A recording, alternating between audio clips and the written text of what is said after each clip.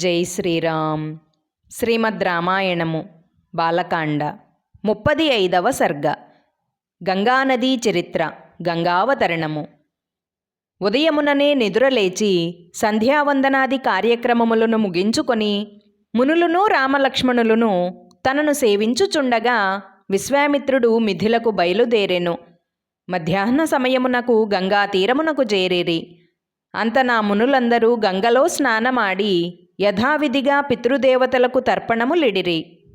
అగ్నిహోత్రము నందాహుతులు సమర్పించి అమృత తుల్యమగు యజ్ఞశేషమైన అన్నమును భుజించి ఆ పవిత్ర గంగానదీ తీరమున మహాత్ముడగు విశ్వామిత్రునకు అన్ని వైపులా కూర్చుండిరి. అప్పుడు రాముడు విశ్వామిత్రునితో, భగవంతుడవగు ఓ మునీంద్ర, గంగానది ఎట్లు త్రిపథగా అయినది అనగా 3 మార్గములలో ఎలా వెళ్ళినది అని పలికెను. గంగానది 3 లోకములను ఆక్రమించి సముద్రునిలో ఎట్లు చేరినది వినవలయును అని కుతూహలముగా ఉన్నది అని అడిగెను. విశ్వామిత్రుడు శ్రీరామచంద్రుని పలుకులకు సంతసించి గంగానదీ వృత్తాంతమును చెప్పదొడంగెను.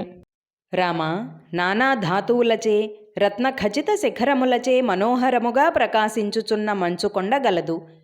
దాని అధిపతియగు హిమవంతుడు మేరువు యొక్క కుమార్తె మేనకను పెండ్లాడెను.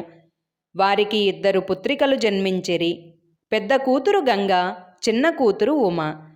దేవతలు హిమవంతుని కడకు చేరి గంగను 3 లోకములను పావనము చేయుటకై తమకు వసంగమని వేడగా గంగను దేవతలకు వసంగెను.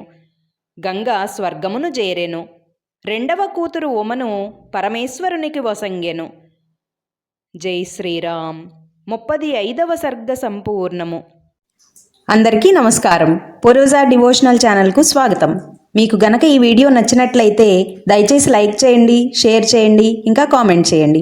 సబ్స్క్రైబ్ చేయడం, బెల్ ఐకాన్ నొక్కడం మర్చిపోకండి.